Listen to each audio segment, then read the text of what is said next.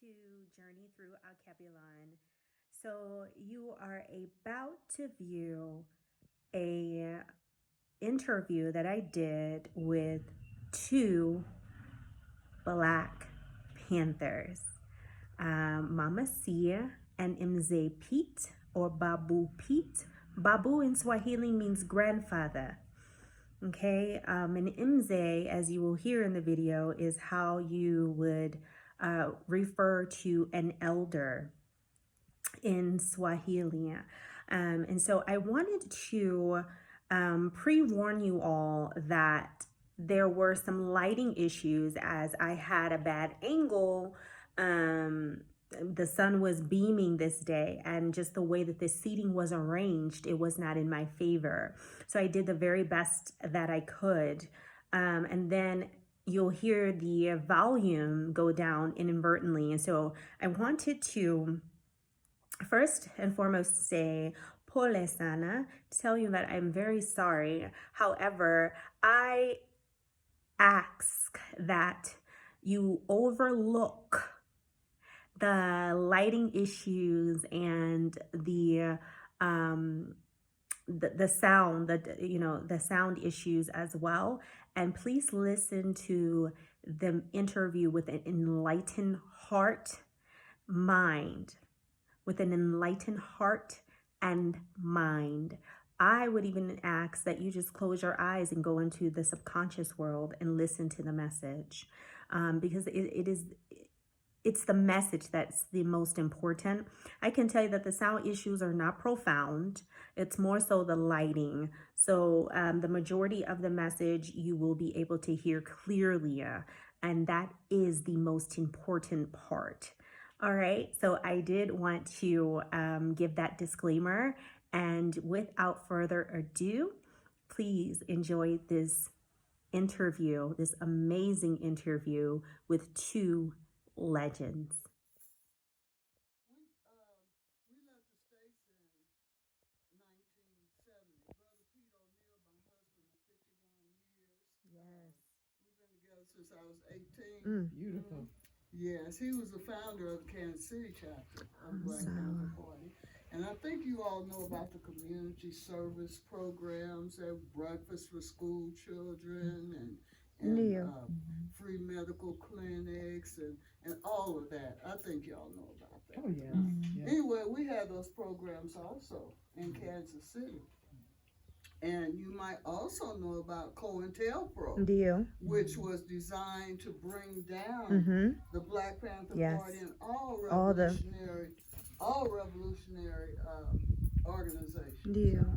This was in the late 60s and early 70s. I don't know if you know about Yeah.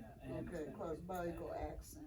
No, I get it. Okay, so and so Brother Pete was one of the people who was unjustly accused. He was accused of carrying a gun across state line. In Kansas City, that ain't no big thing because everybody's hunters and all that kind of thing.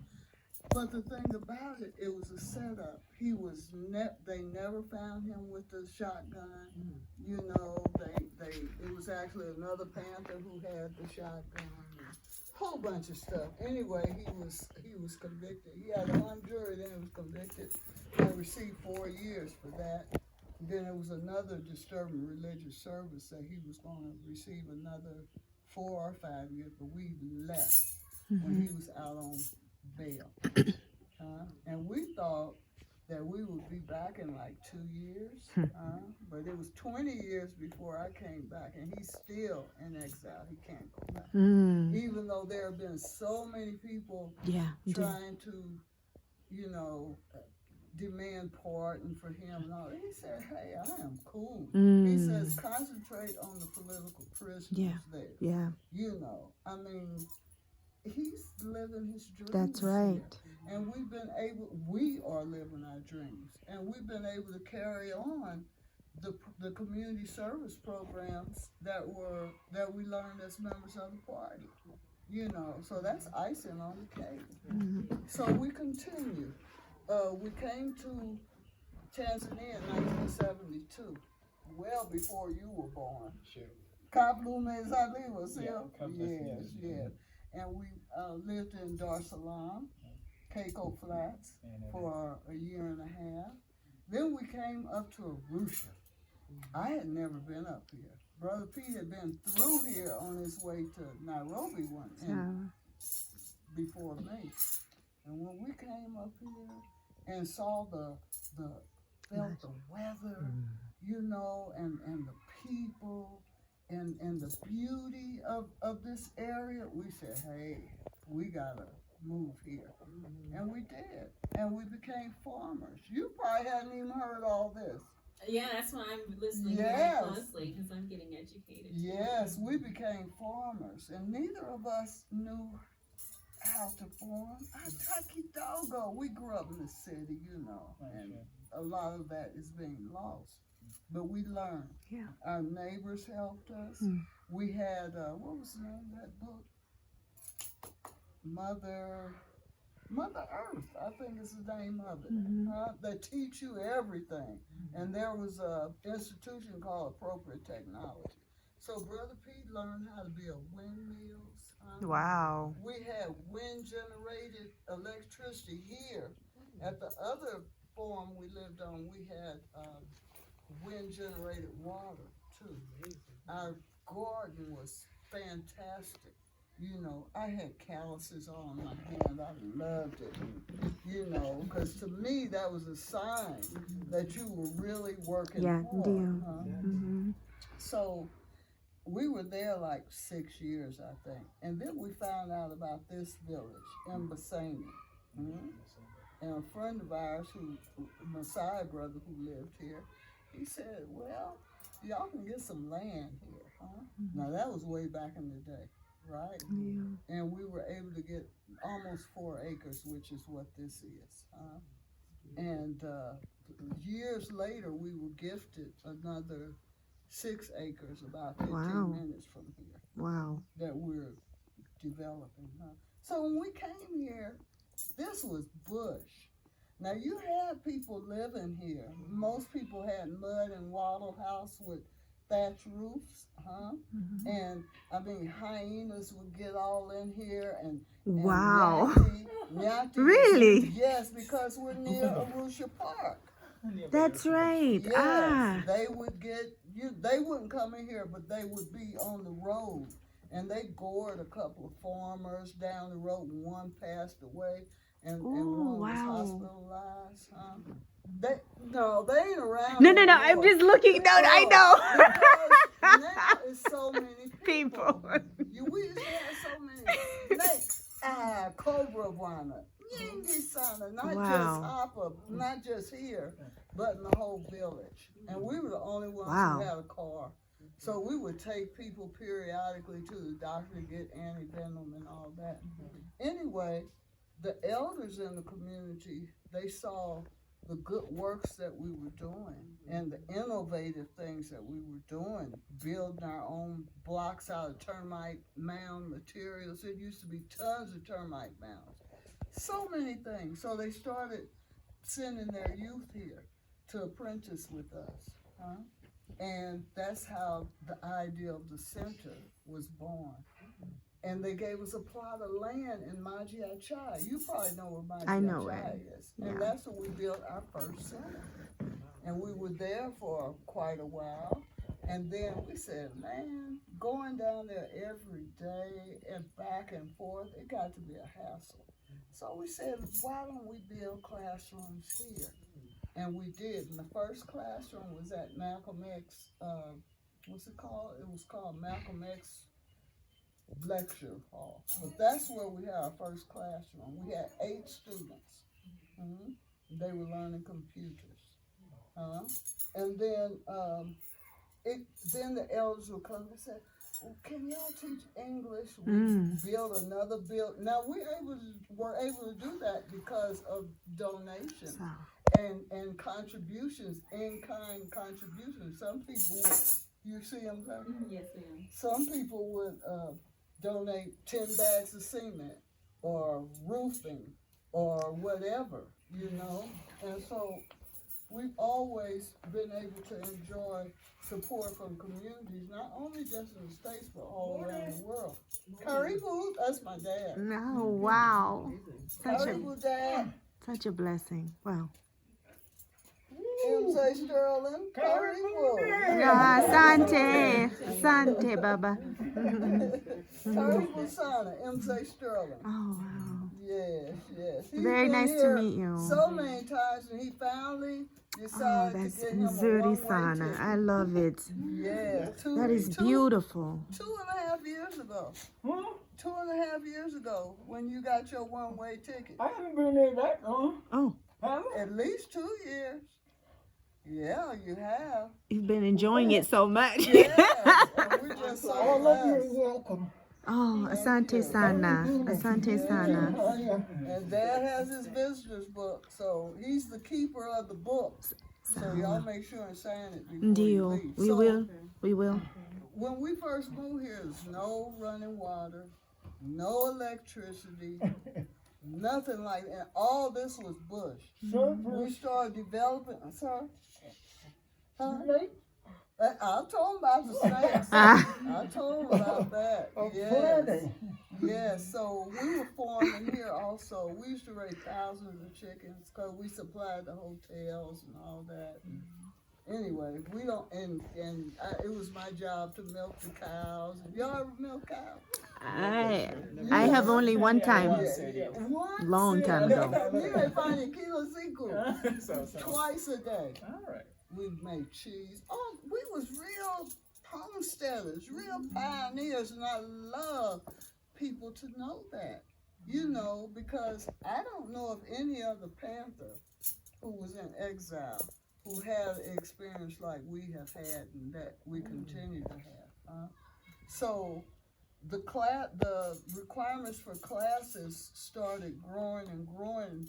At one point, we had like 200 students and 20-something teachers. Wow. And it got to be too much. It really, really did, you know, even though we wanted to. But so we started cutting the amount of students down.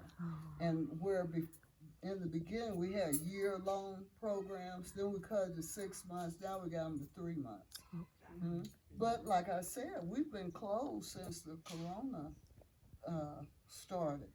But we plan to open again in October. So, And one of our focuses is going to be music, which it's always been music production. Are you a musician? No. And videography. And of course, all kind of art. And I don't know if we're going to teach English yet. I'm not sure. We probably will, because you get pressured to do that. And anyway, I want to have a grand opening in October. so. And of course, all y'all gonna be invited. And the studio will be finished and this and that. So, am I going too long? Hapana. Okay. Hapana. So, the situation with the water. Have y'all heard of Geronimo Jijaga? He was a Hapana. Panther who was locked down for 27 years for something he didn't do. And he finally got out. When he got out, he came here. This is one of the first places he came because we're his comrades. And he asked us, the government compensated him with like $3 or $4 million for spending 27 years of his life in prison. They don't do that anymore, those amounts. I think they'll get somebody $1 million or $2 million or That's what they gave them. which would be helpful. But yeah, anyway, so he said, well, what is y'all's greatest need? And our greatest need at the time was water. So he gave us like $10,000 to dig a borehole. And that borehole brought water to not only us, but for the community. Sorry. You know, and it's still functioning. And this has been a while. Because he passed away like 11 years ago, something. So anyway, he liked it so much, he moved to the village. And had him a nice house and everything, but he passed away. Anyway, so Brother Pete saw another need, and he started the Leaders of Tomorrow Children's Home. which my sister has been working with those children. And we started with 18 children when they were little, like 6, 5, 6, you know, and that group of children are now in secondary school. One has graduated, and the government is going to send her to university because she did so well. So some of them are at Renea. You know Renea Secondary School? Yes, and then some are studying at Ngongari Secondary School, and some are at Mbasani Primary, but they live here. So you'll meet them. And we've had the how are you, brother? We've had the children's home for almost 12 years, I guess. Wow. Yes. So when y'all walk around, you'll see one of the children's homes, another one inside. And you'll meet some of the children because they're going to come and explain these pictures. This Oh, here, we I were haven't looking seen. at them. I have been working with them just about every day when school was out because of the corona. But now they're in school, and my sister's here, so she's taken over a lot of that. And she's been she's a gardener also. We heard. So we give thanks for that.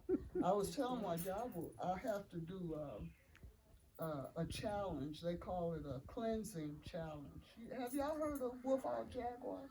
Habana. Or Adimu Maydum? Habana. He's out of Oakland. Anyway, he just made this beautiful, powerful video on cleanse. Said we all need to cleanse.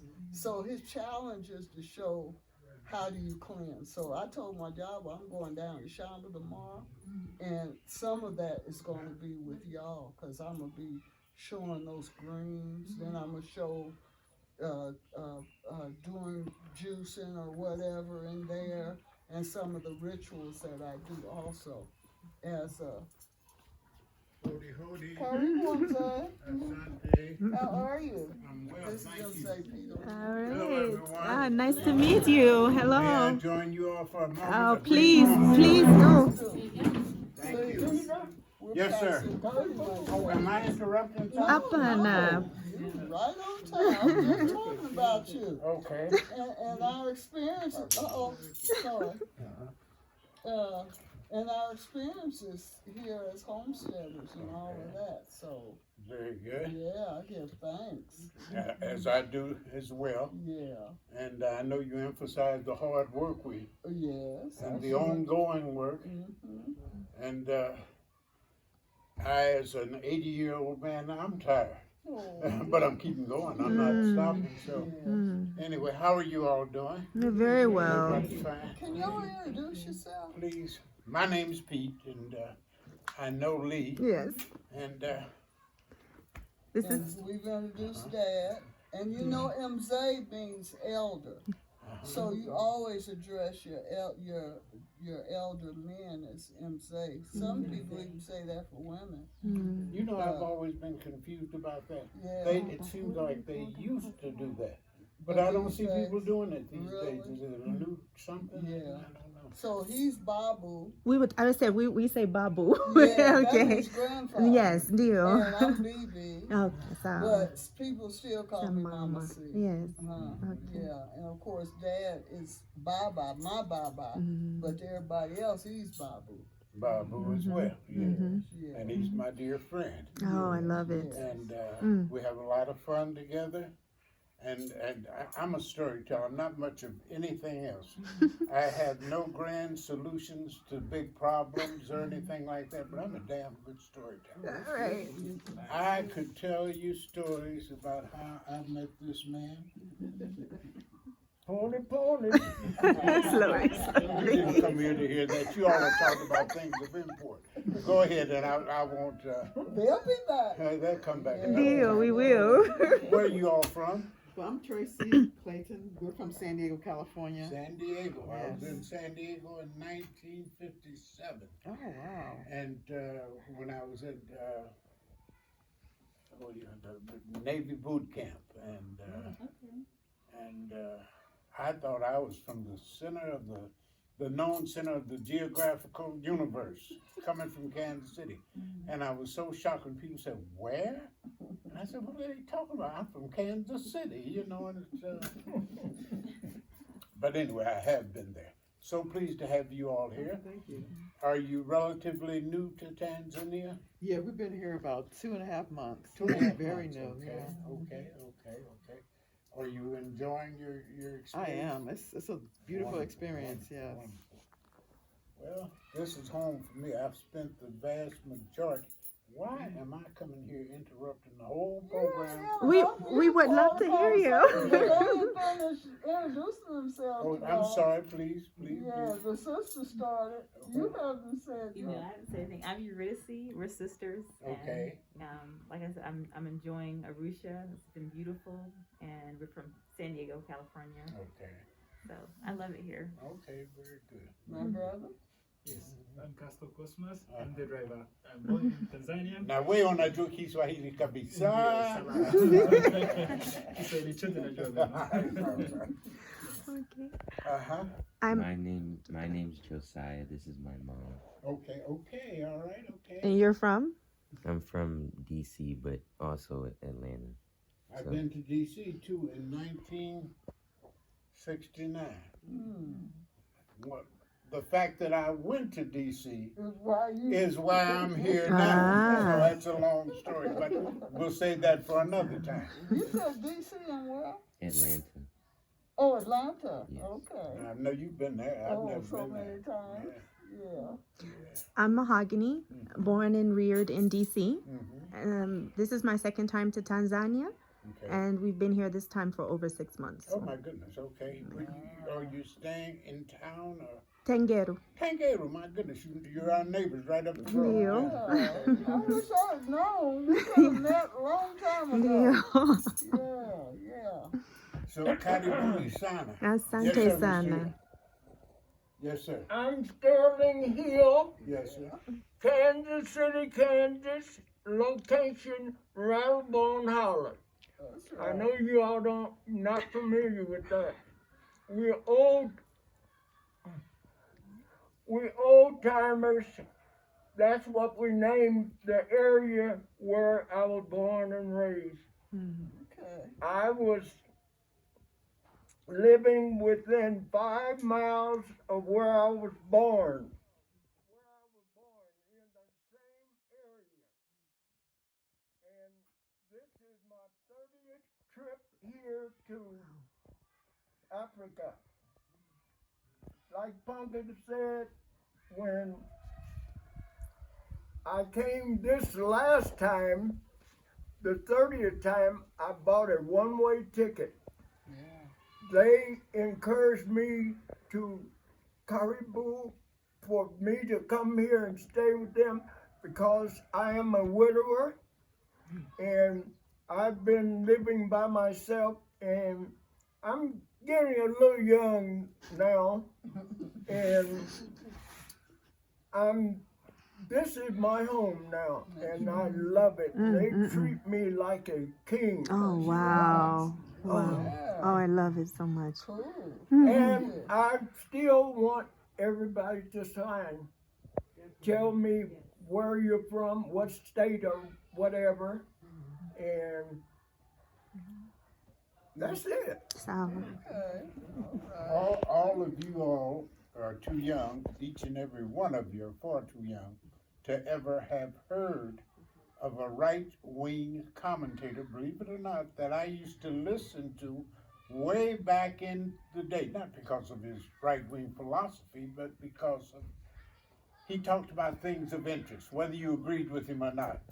His name was Paul Harvey. Anybody ever heard of that? Never, not no. one of you. Well, he would always end his commentary with, and now you know the rest of the story. So when you come back, Mr. Hill just was waxing eloquent about his being here, and he's telling the truth about us welcoming him, having a wonderful time. Oh, but it wasn't always that way. And so when you come back, you'll know the rest of the story. So, 'Cause I'll tell you. we look forward to it. I'm sorry? We look forward to it. Okay. Yes, May I sir. pass this? Sure. Yeah, and they're gonna walk around, and Sister Lee gonna take them. Tanzania, back in the day, was a very revolutionary socialist government that welcomed people with strong politics, right? They welcomed people from South Africa, Mozambique, all kind of freedom fighters. So we were welcome here also as freedom fighters, especially MZ. And so, you know, Tanzania was very strong socialist, and we gravitated toward that.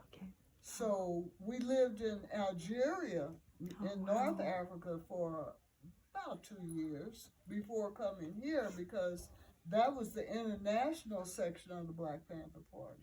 And people were urging us to come. There were so many Afros here. That's what we call Africans from the diaspora. Afros, And they urged us, come here. You know, it's beautiful. Everybody's friendly. There's a strong socialist government. And I think that was one of the best moves we've ever made. Yeah. Yeah, it's true. There was an oddity that in that, as Charlotte pointed out correctly, there's a very large African American community, if that's what you want to call them, whatever. And oddly enough, the largest segment of that population from any particular region in the United States was from around Kansas City. So I'll explain why that was so in a moment, but everyone knew of us. If they didn't personally know us, they knew of us. So it was kind of a homecoming for us here, you know? It was. And the reason for that was in 1968, the then ambassador from Tanzania to the United States went to the University of Kansas. And he made a soul-stirring speech about Afros returning to the motherland to participate in nation building. And here we be. Wow. Yeah, many issues. So to see this resurgence of Africans from the diaspora is just a beautiful, beautiful thing, because most people left. You know, many people left after having been here for many years. At one point, we were about the only ones in Arusha. About the only one. Yeah. So, and I didn't even know, I knew about the diaspora group in Dar es Salaam because I went there a few times to speak and perform. But I didn't know that there had been one formed here until Traveling Sister told me. You know, I was like, wow. Traveling Sister, she was here for your birthday. Yeah, she was here like a couple of weeks ago for your birthday party. Yeah. She got locks. Okay, I think She I got her remember. nose I pierced. think I remember. Yeah, if you see her, you know her. Yeah, and she's been here for what? Almost 4 years. Almost 4 years. Yeah, got a beautiful baby. Well, she's a big girl now. Last time I saw her, she was a baby. And she inspired us all to look at Tanzania, because we were all thinking of course, most of us think of Ghana as the place. But she brought in our horizons as it relates to other places that we could call home here on the continent. And she just happened to be the one here in Tanzania. Wow. So, That's yeah. beautiful. Well, I hope it keeps growing and growing, and you know. Yeah.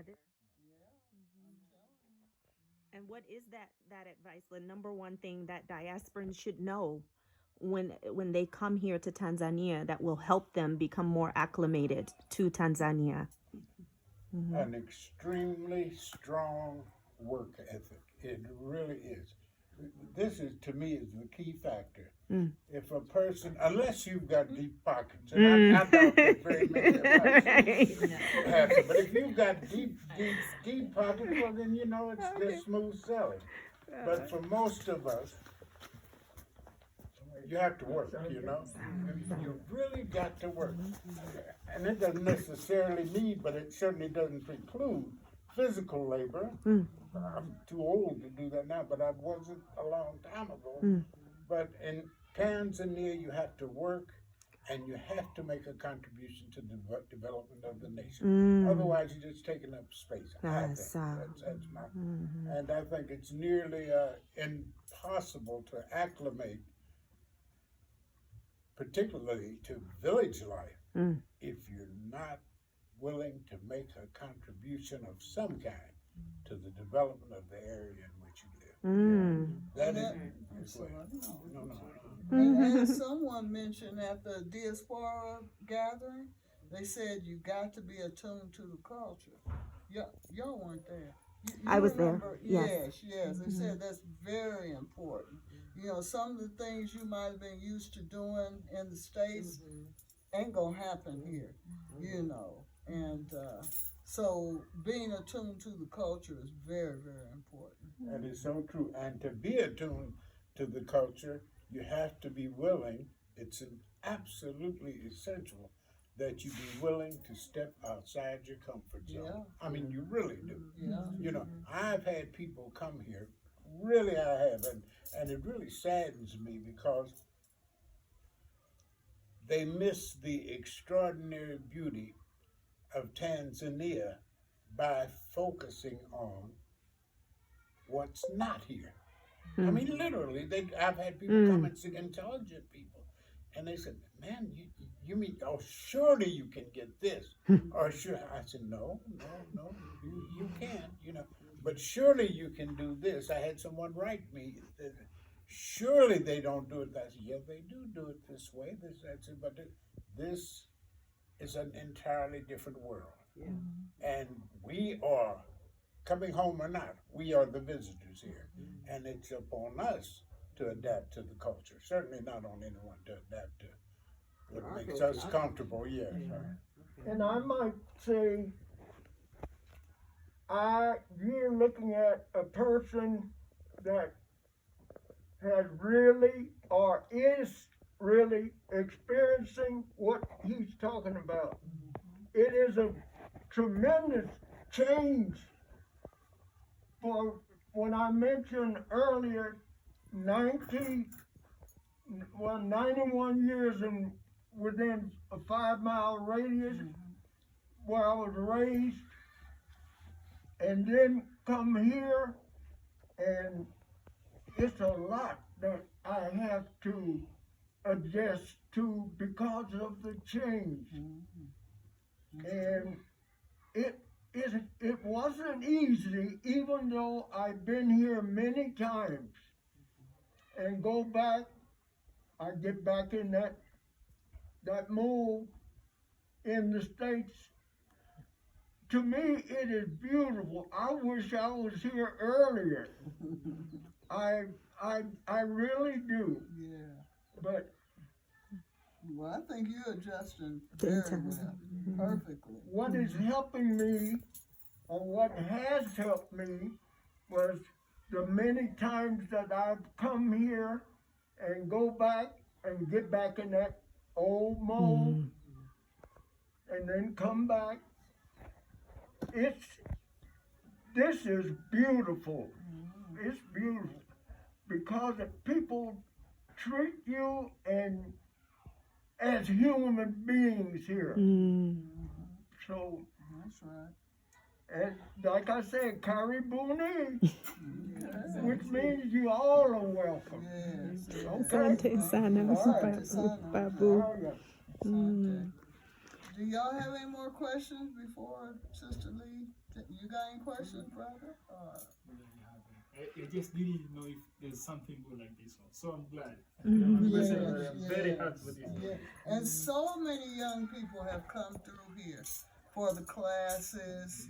The young people are in Leaders of Tomorrow, you know, and many of them are grown now with children, and they come back and say, Asante Sana, and can I teach this? You know, because all of our volunteers were mostly Tanzania.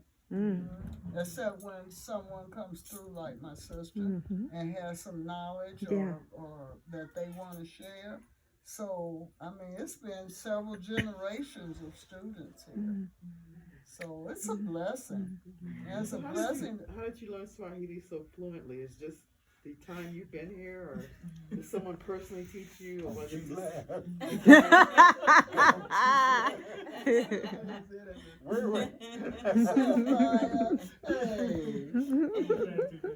Because where we lived when we first came to Tanzania in Dar, we lived in Keiko. I don't know if you know where Keiko is. And everybody in this location where we were spoke Kiswahili. It was mostly people in Tanzanians in the military and their family, and Chinese who were building the Tazara Railroad, and they had lessons in Kiswahili. So we had to, because hardly anybody spoke English. So we just learned, you know, from listening and conversing with people. And some things that we've said wrong for 30 years, you know, grammatically, it's still like that. But, you know, we're fluent enough where everybody understands. It's our seal, brother. Even with our Kansas City accent. Which you still have. Which, very strongly, yes. A friend of mine once said, Zeke, once told me, I said, you know, I said, it's one of my greatest feelings of not accomplishing what I should have is in the fact that my Kiswahili is not much better than it should be. I can speak Kiswahili, I can understand if you're patient, and with a lot of, what was that? And I can get my point across. But he told me, he said, but Mzee, he said, your actions transcend language.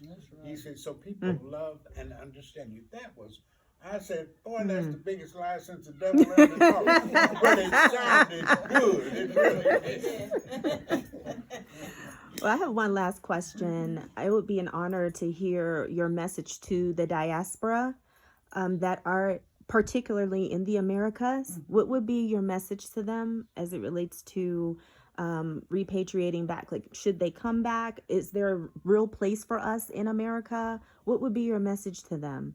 You mean a real place for in Africa? Yeah, is America, should we be in America, you know, or should we come on home to Africa? Well, what would be your message to them?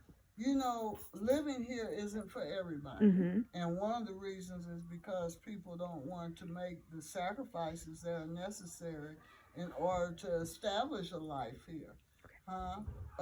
But for those who are ready to make the cultural, the economic, the whatever kind of sacrifice, I think that they should come. You know, if it wasn't Corona around, I think that, you know, I would encourage people to come and visit first before they made that move, you know. But, you know, because Corona is here, people are almost in a panic and leaving, you know. So, but one of the key things, whether you're going to live in the rural area or in town, you got to be prepared, like MJ said, to roll up your sleeves and to work, you know, for the benefit of not just your family, but for the nation, you know. So I say Karibuni Sana. Yeah, and what is the population of black folk in America now? Is it 60? How many? I haven't pulled up the stats, but you can pull up the stats. However, 40 million, 60, however, it's a lot. I don't think it's realistic to say that everyone should expatriate themselves to the motherland. Okay. I don't think it would be realistic to say that all of them would want to. But for those that have a burning desire to be a part of, I would say, as Charlotte said, Karibu Sana, there's room here for you. This is not, I couldn't emphasize this enough. Utopia does not exist anywhere in the world. You know that, and it certainly doesn't exist here. There are trials and tribulations. You have to go oftentimes the 7 tasks of Hercules to make things work, and Tanzania is no exception. It isn't. But let me give you an example. I've never felt hated here, ever. The police stop us from time to time. I don't drive much anymore. And the driver was driving me yesterday, and the police stop us. And it's always a conversation. Hey, what's happening, man? How you doing? You got your license? I forgot it. It's at home. Oh, okay. And, I've never felt threatened, even when on rare occasion I've run into someone, a policeman, let's say, that woke up on the wrong side of the bed. He's got a little bit of an arrogant attitude or something, and it's an irritant. But that's all it is. I have never felt threatened. I have never thought, what could this develop into? And you know what I'm talking about. You know that when you hear that siren behind you, your heart starts to skip a beat because you don't know if you're going to outlive this particular incident. That does not happen here. When I've been in officials' offices that are furious or something about something I may not have done exactly right, and you should have done it this way, and you should have done it that way. But there's no hatred. You don't get you, and only you know what I'm talking about when I say you know that look of hatred. Someone can be smiling at you, and you can sense, you can feel the hatred. You don't experience that here. So it's a new experience. It's a loving one. I was just writing to a friend complaining about this happened and that happened. And then I said, but then in closing, I said, but that's okay. I said, it'll get better. And it will. Using the watercoloring, and so some of the results are up here, posted up, because we're really proud of the artwork that they do. Very creative, and you can take a closer look at it. As a matter of fact, we can kind of stand up and wander around and look at some things. And I think the children will be up later to tell you more about it. And I'm gonna bring the food. And there's also more information. For instance, this is a Pete's book, and I do highly recommend it, really, for those who are kind of trying to understand Tanzanian culture coming from America. He's giving a lot of details. I'm selling the book. So this is more of the artwork, of course. And then here's a photographic history, and it kind of almost tells its own story as you walk by it, of where things got started and where things ended up. Yeah. So I like to come here, and you can even see some of the programmings that they've done in the past. There's been films made about both M.J. Pete and Miss Charlotte, their lives, and books written. So there's a lot of information out there, very well known internationally, and then of course here on the continent, they're very well known. Okay, so that's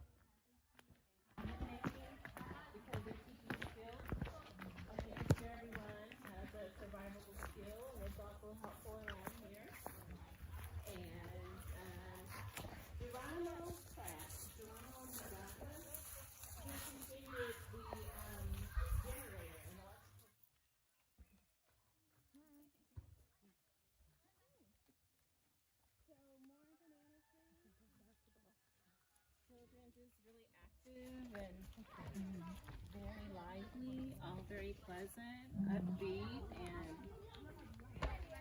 positive. I love it. I've been a substitute teacher before where the children's goal was to try to break faith. Oh, and that doesn't happen here. So it's good. I can actually teach. So everything from sweet potatoes to white potatoes. I think some of those were acquired from the U.S. And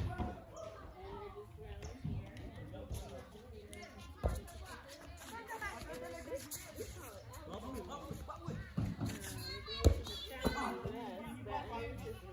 That's edible, which I didn't know.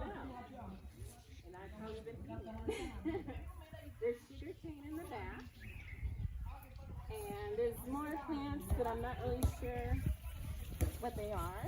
But over here, we've got leafy greens of almost every sort. And the fun I had with the kids, for one of the classes that I taught, I made little garden bags along the wall there. And we planted orange seeds, lemon seeds, avocado. I hope you all have enjoyed this very inspiring video, an interview with two legends, two Black Panthers.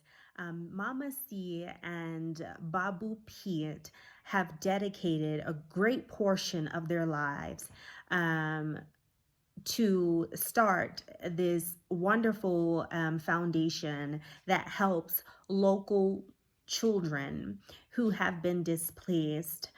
They have been a pillar in the community, and they cannot continue this very much so needed work without your contribution. UAACC thrives on donations and donations alone. And so I ask that you please visit UAACC on the web and please make a donation so that Mama C and Babu P can continue this beautiful work that they have done in the community. And they have actually dedicated their entire lives, okay, for the liberation of their people. That is to be celebrated. It is to be honored, and we should be grateful that they are still here with us to bestow upon us the profound amount of knowledge that they have gained. So please visit UAACC and please give a donation so that they can continue to do this great work in the community. Asante sana for watching.